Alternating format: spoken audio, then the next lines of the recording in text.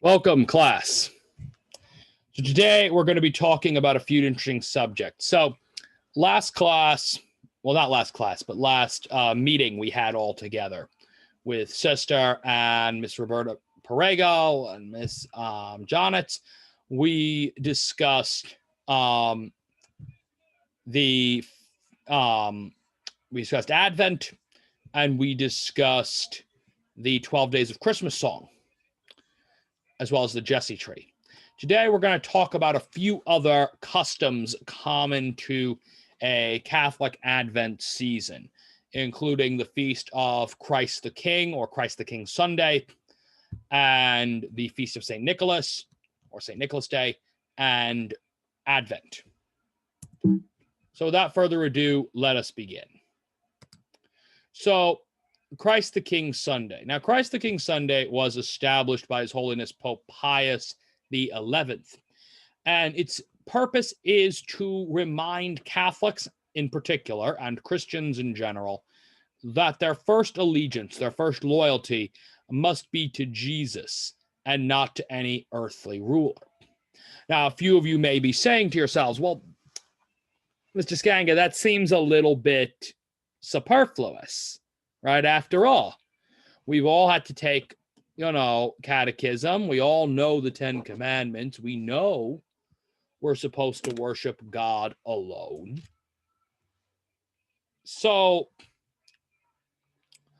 why this need to remind us that our highest allegiance must be to Jesus? Well, let's take a look at this. So the image you have over here is an image of Christ enthroned as the King of the universe. So the image of Christ enthroned as King of the universe actually dates all the way back to the 4th century AD, when Christianity was first legalized. So back when Emperor Constantine passes the Edict of Milan in 312, 313 AD, Christianity became one of the religions legally tolerated in the Roman Empire. And for the first time, Christianity had the ability to construct open houses of worship, places where Christians could go and worship in peace. And these early churches, these early basilicas, frequently featured either statues or paintings of Jesus enthroned as an emperor over the universe. A part of this derives from the origin of the basilica itself. Early basilicas were Roman government buildings and frequently depicted images of the emperor enthroned. So the enthroned emperor in a Roman state basilica was then mirrored by a Christian church basilica, which featured Christ enthroned. Does that make sense? Okay, cool. Now, you may be wondering, so when did we did we establish this as a feast in the 4th century? No. It actually took until the 20th century, the 1930s, to be more specific. So what made us decide to institute something like this? Well, His Holiness Pope Pius XI was struggling with a major problem. Europe during this time was overrun with dictatorships. Joseph Stalin in the Soviet Union, Benito Mussolini in fascist Italy, Adolf Hitler in Nazi Germany, to name a few. And these regimes demanded fanatical devotions from their citizens. Right now, all countries demand a certain level of loyalty to their legitimate laws. And many countries have a preference for some sort of outward show of patriotism, of love of country. That's not what we're talking about here. What we're talking about here is a willingness to kill and die at the blind allegiance, at the simple blind allegiance of the dictator says, kill that person, you're over there killing that person. Dictator says, die for this cause, you're over there dying for this cause. That's really not healthy. And to add to that, many of these regimes spread values that were utterly incompatible with Catholicism and really with Christianity in general. Values like anti-Semitism, right? The persecution or hatred of the Jews. racism, a belief that one biological race was superior to another, unjust war, encouraging wars of conquest and wars of aggression without any provocation, atheism, a belief in a lack of belief in God, and all of these were things that these various dictatorships were pushing. Either all of these or many of them were pushed by different dictatorships and were considered, things you had to believe in or practice to be truly loyal to the dictator, truly loyal to the regime. And all of these are major sins. We're looking here at dangerous sins right over here. So what's the Pope going to do about it? Well, he's really concerned that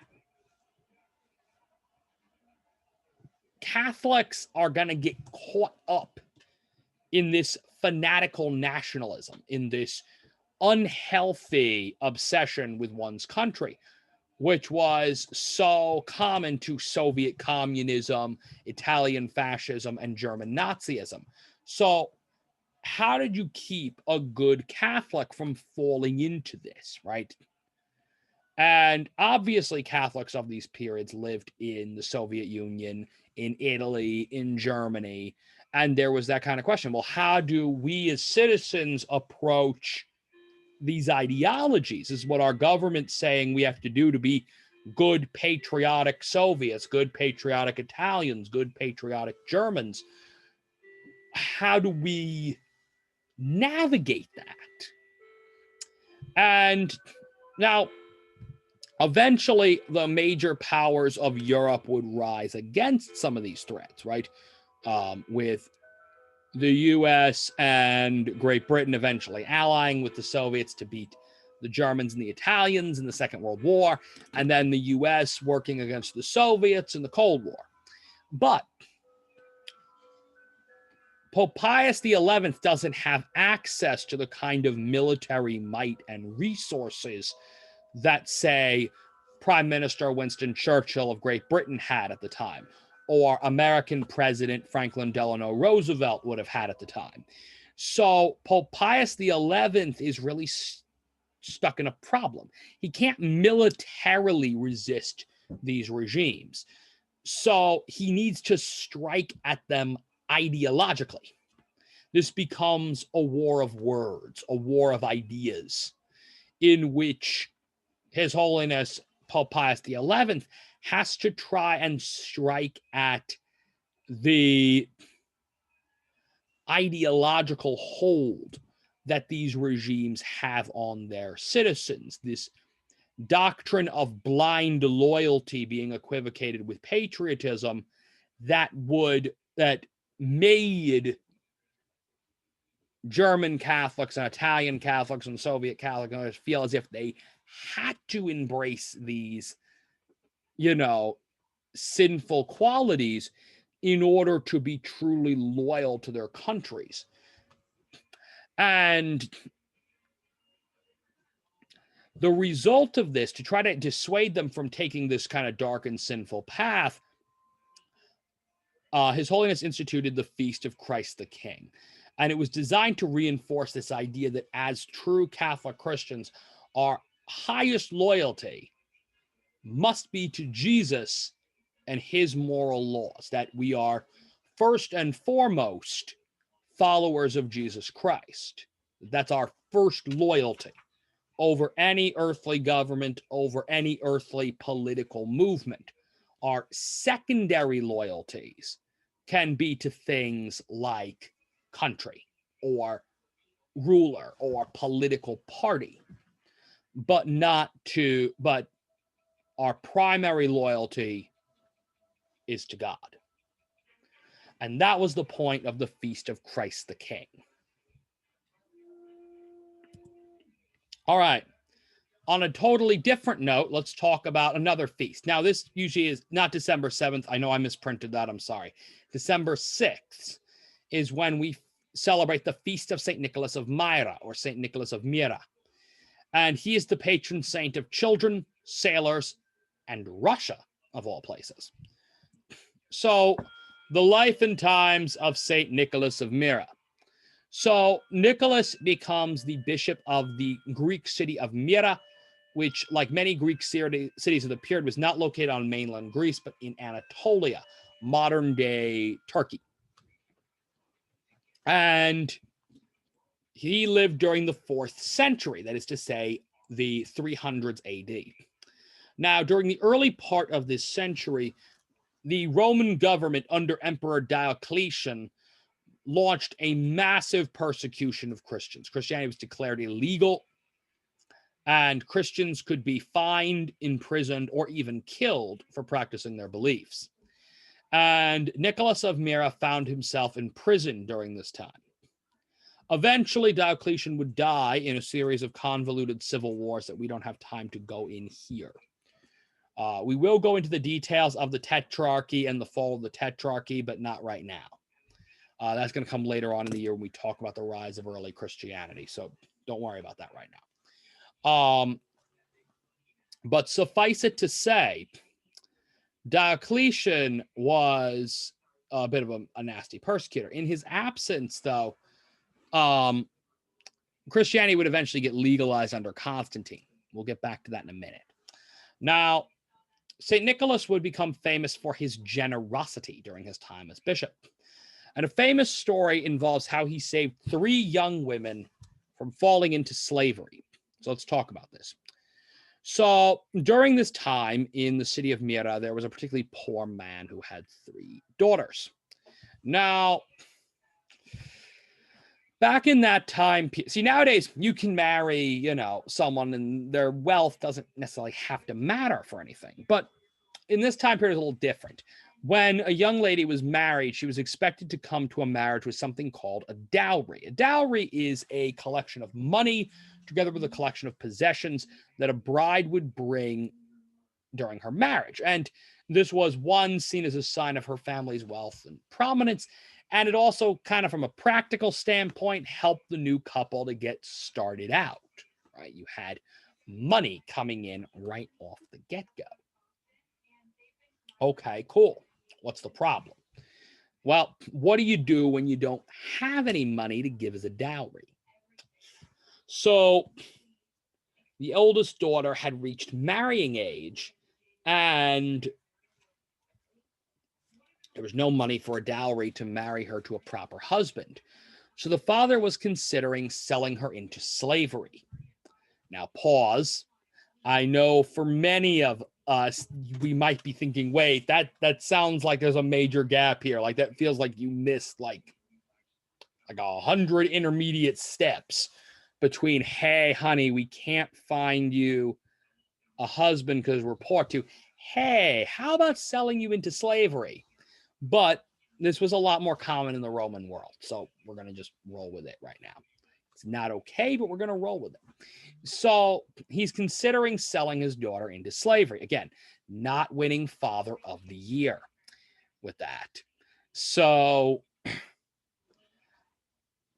news of this family's economic plight reaches St. Nicholas of Myra, and he's not really happy about this girl falling into slavery.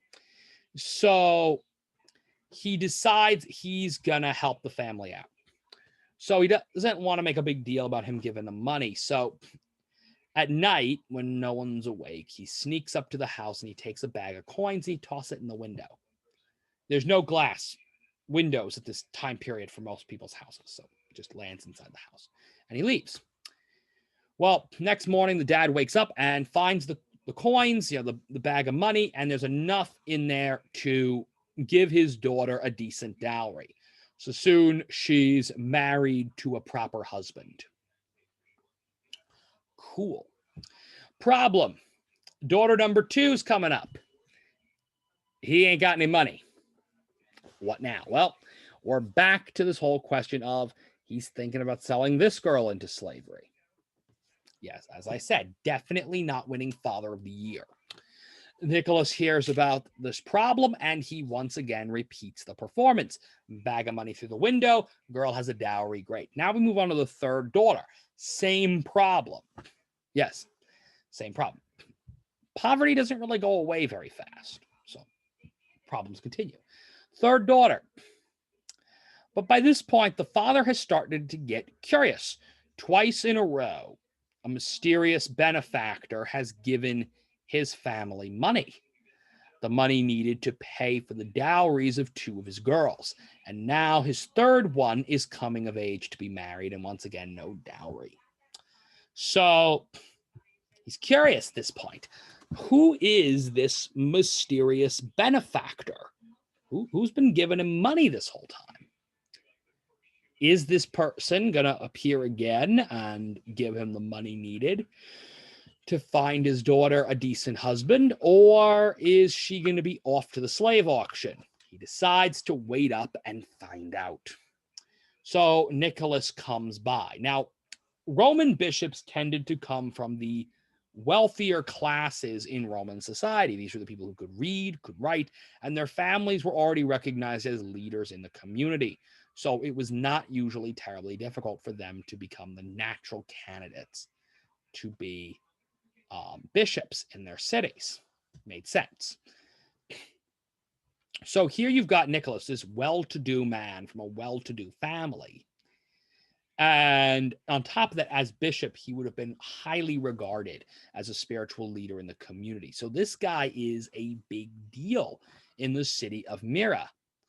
And here he is coming to the house of this poor guy, and he just quietly throws money in the window and leaves without a word. So this guy's confused. Why is this well-to-do guy helping me out? What am I to him? What is this? So he runs out and says, why, Your Eminence, why? And Nicholas just calmly goes, well, I saw that you had need of it, and then just calmly walks away. This is not the only instance of Nicholas's generosity, but it's probably the most entertaining. So, but Nicholas wasn't always just, just chilling out and giving folks money. Sometimes, even saints, got to get in a few scrapes or two. And now we're going to talk about something two words you usually don't hear in the same sentence: bishop and fist fight. Yep, I wish I could say I was kidding. So let's set the scene. Now, I told you already that eventually Emperor Constantine makes Christianity legal in Rome. Constantine credited divine intervention with his victory over a rival named Maxentius.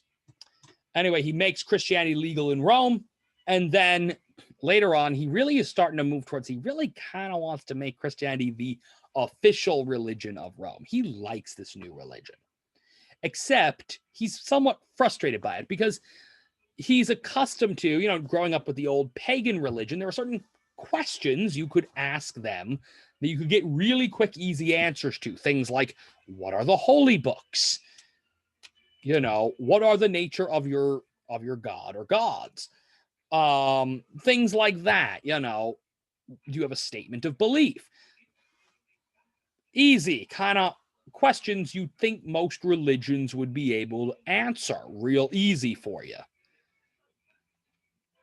Not 4th century Christianity. See, the almost 300 years of persecution hadn't really given Christianity time to iron out some of the details of its belief. And even basic things like how many books are in the Bible, or is there a central creed of belief, or, the status of Jesus relative to God the Father, God the Holy Spirit. None of that had been entirely ironed out. And that posed a problem that Constantine found incredibly, incredibly unacceptable. So he says, all right, nope. I'm going to get the bishops. They're going to sit down and they're going to hash this out. He may have had some other things he'd hoped the bishops would do at the meeting as well, but he decides to call them together. Now, as an emperor and not a pope, did Constantine really have the authority to call the bishops together to a conference? Probably not. That being said, are they going to argue with the Roman emperor, especially the Roman emperor that just made their religion legal a few years previous? No. So the bishops show up to have a conference. Now, normally conferences are a time for people to speak, take notes, and debate. And that's kind of what's going on here. And so we arrive at this question of the nature of God. Now, we all know that Jesus is the second person in the Holy Trinity.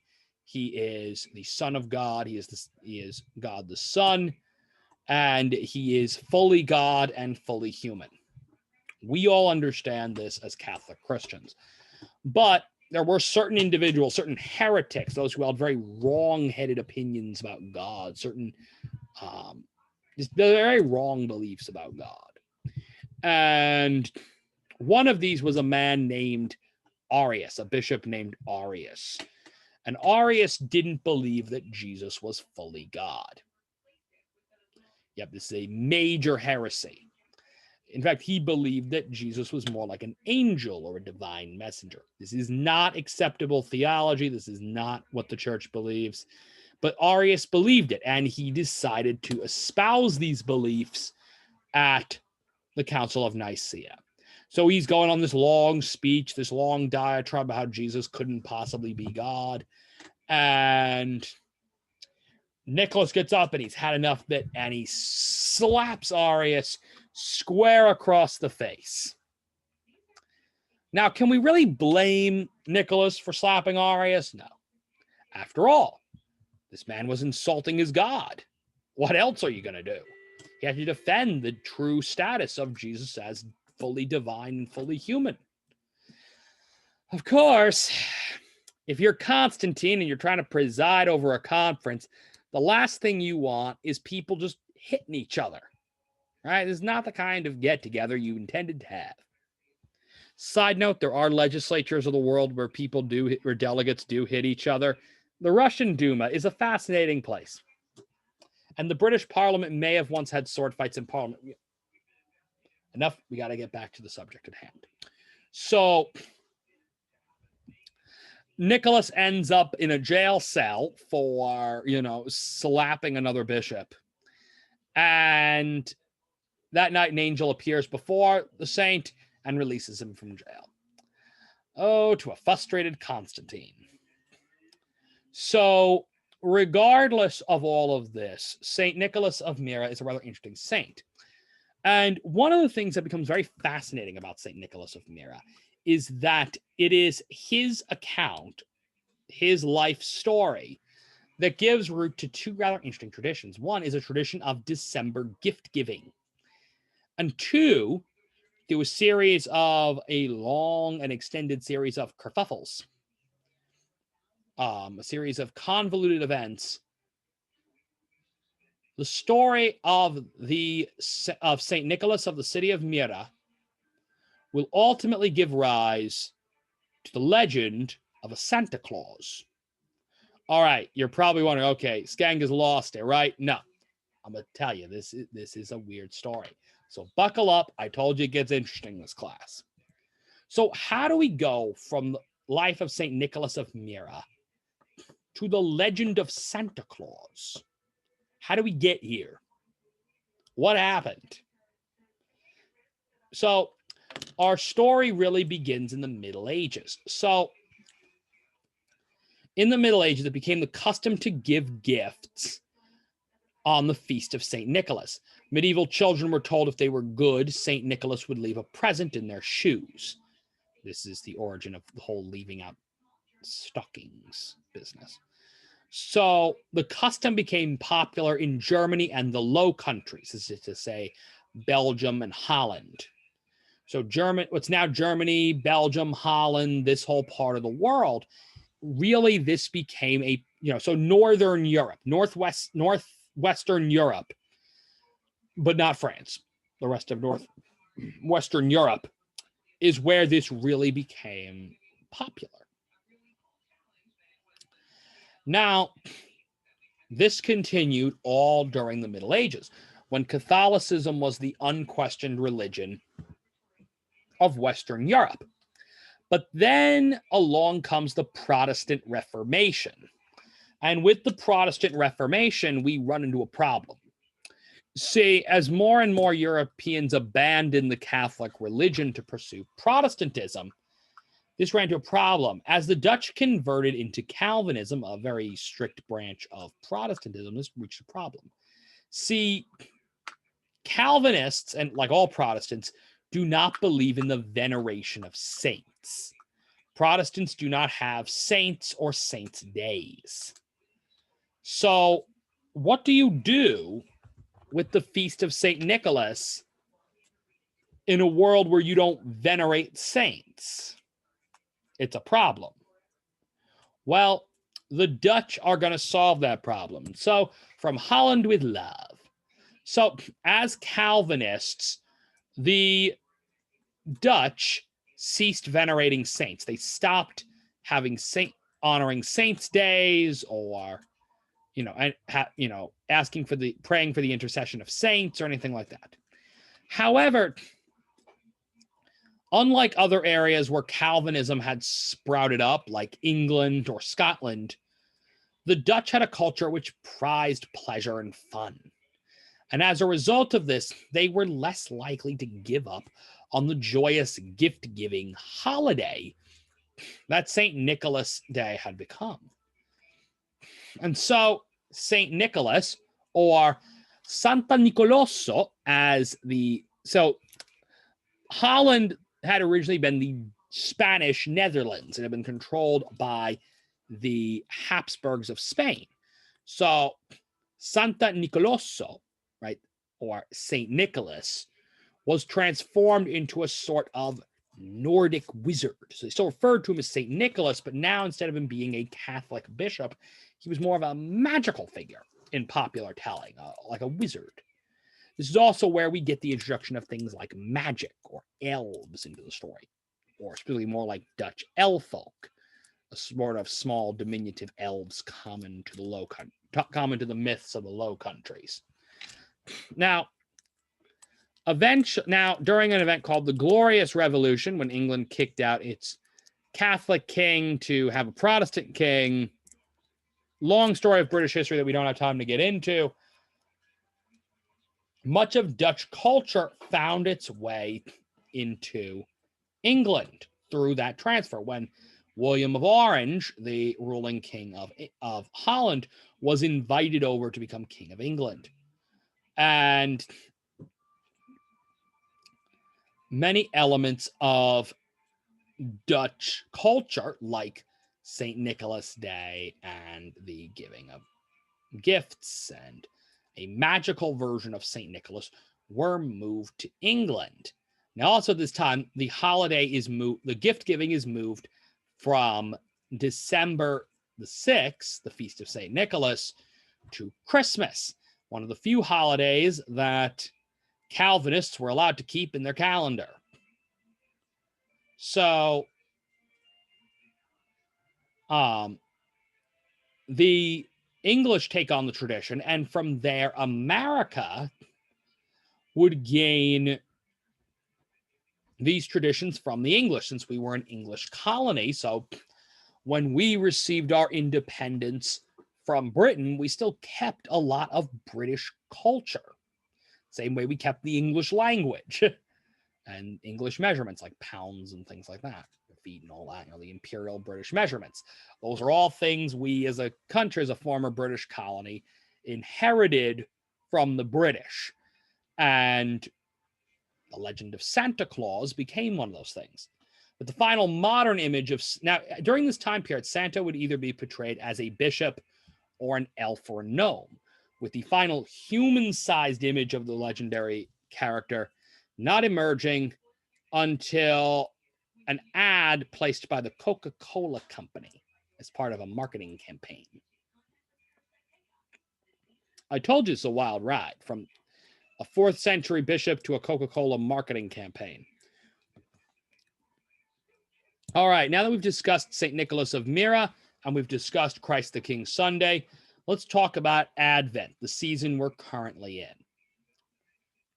So a lot of you during your time in the Good Shepherd program may have heard of this season as preparation. That is technically true and also kind of wrong. So, yes, in many ways, the catechesis of the Good Shepherd is on point.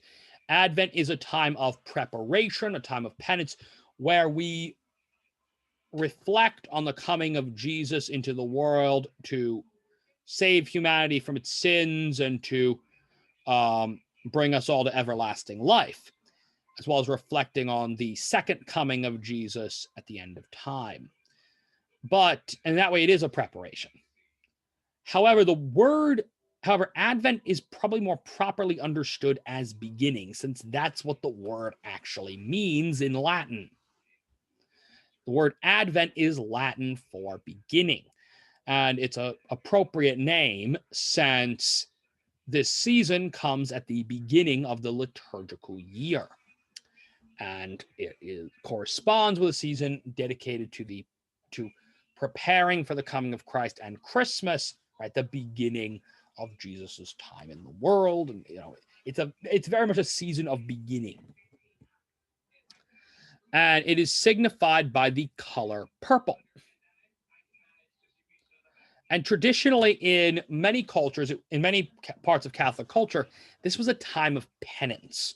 This was not a celebratory time. See, traditionally, in most parts of Catholic culture, Advent was a somber time. It was a time of reconciliation. It was a time of penance. It was a time to reflect on Jesus coming into the world and on the centuries of darkness before Jesus came into the world. And then when Christmas came, that was the celebration. So the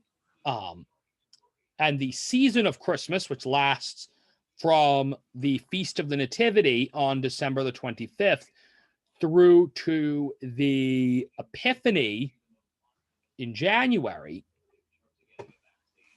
would kind of run this gambit. And this was a time of celebration and frolicking and things like that. And then from there, you would move on to what's sometimes called pre-Lent or Carnival, which was a time of festivities and frivolities and whatnot.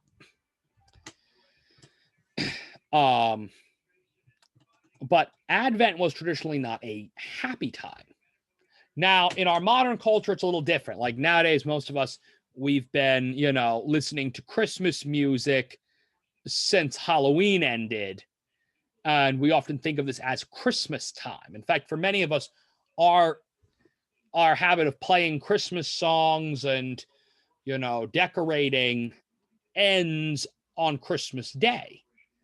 In fact, a fun story is that a few years ago, there was an article in the Catholic New Yorker where Cardinal Dolan was talking about his reflections on Christmas, and he said it was rather interesting that he would recall going out for a walk in the evening, and when he walked around, he would often see Christmas trees already put out to the curb. The people already dismantled. It's Christmas night, the end of Christmas, the end of Christmas Day. And some folks who had live Christmas trees, the Christmas tree was already out at the curb for the garbage man to come pick up, and it was still Christmas. And he was somewhat shocked by that. But he said he could kind of get it, in our modern culture where celebrating Christmas begins in November. You talked about how you remembered hearing about a pastor that he received a complaint from one of his parishioners about why is it January and we're still singing Joy to the World. And as he put it, it's probably because she'd been listening to the song on her car radio since November. So by January, she was tired of hearing Joy to the World. But traditionally, no, this was not a time for Christmas caroling. This was a time for being more somber, and then Christmas was the time of fun. So what are some Advent traditions? So the oldest Advent tradition is the Advent wreath. which looks like this. Now, the Advent wreath is known for its 4 candles, 3 purple and 1 pink. Now, traditionally they're lit purple, purple, pink, purple, with the 3rd week in Advent, or Gaudete Sunday, the 3rd Sunday of Advent, representing a time of anticipation that we're so close to Christ's coming at Christmas. Some other unique symbols associated with Christmas include the Advent calendar. An Advent calendar it can be a small cardboard device or several boxes, or a physical wooden structure with several wooden boxes, and each box, it's one for each of the days usually in the month of December. And behind each door there is a prize. In some cases, the prize is a small collectible toy. In others, it's a chocolate. And in still others, it's Bible verses. Now, if we were here in person, I would be having you open up an Advent calendar with various Bible verses in it to commemorate the coming of Christmas. But we're not in person, so we're not going to be doing that. Another unique tradition is what's called the Christ candle. So, when some families display their Advent wreath, and you'll notice in some people's houses, they will, in the middle of the Advent wreath, that you'll see a solid white candle. And that candle may well be what's called a Christ candle. And what the Christ candle does, or Jesus candle, the Christ candle exists to showcase devotion to Jesus as the light of the world. And traditionally, it is emblazoned with a symbol associated with Jesus. I'm going to put it on the board behind me for a second. In fact, I'm going to stop sharing for just a second so you can see my screen a little bigger. And let me just make sure I should still be recording. Yep, good. All right. So behind me, if we look at the board, one of the symbols most often associated with, so what you'll see on a Christ candle is this symbol. And it's like this. And then usually on either side of it, there'll be an alpha and an omega. And all of this will be on a candle. Now, what is this? This symbol here is what's called the Chi Rho symbol. Now, why? Why is it called this? Well, in the word Christ, or Christos, which means anointed one, in Greek is spelt like this. This is how you spell Christ in Greek. It's spelt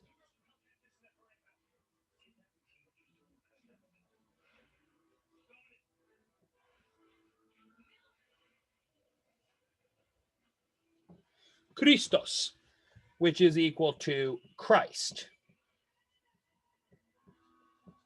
So early Christians took the chi, what we now call an X, but in Greek it's chi, which is pronounced k, with a sort of hard CH, and what looks like a P to us, but it's R in Greek, the rho.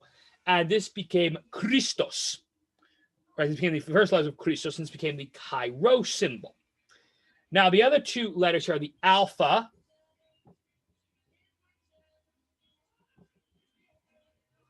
and the omega. And the alpha is the first letter in the Greek alphabet, equivocal to the A in English. And the omega, which makes it sound more like an ooh kind of sound, was the last letter in the Greek alphabet. You're probably wondering where the Z is. The Z is closer to the 7th place in the Greek alphabet. So these all appear on a candle, and this is what's called a Christ candle. And many people will put them in the middle of their Advent wreath. And on Christmas Day, they'll not only light the 4 Advent candles, they will light the Christ candle in the middle to signify that Jesus, the light of the world, has come into the world. Some families will also take the step of replacing the 4 traditional Advent candles in the wreath, the 3 purple, 1 pink, with a set of uniform white candles to match the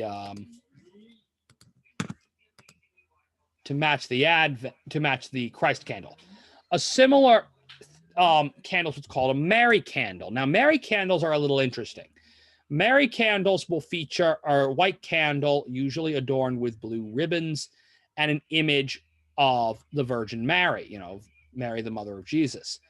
And then usually hidden within the candle will be a small alcove that's kind of cut out of the candle, in which a small miniature image of Jesus will be placed.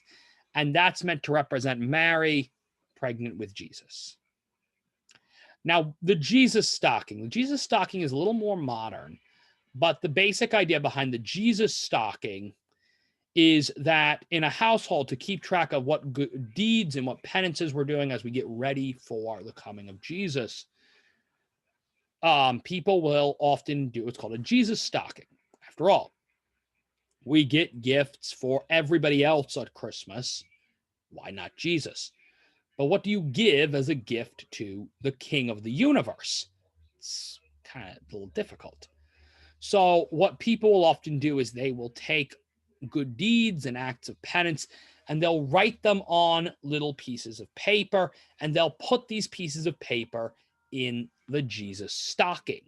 In many cases, they'll even take the step of hanging it up on a mantle or wherever else people typically hang stockings, alongside the other Christmas stockings of the other people in the house, as sort of making a place for Jesus in the home.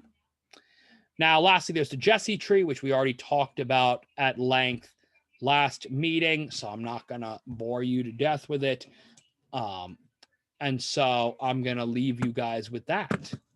So I will see all of you next class. Enjoy your Advent. So let me wish you all a very happy Advent.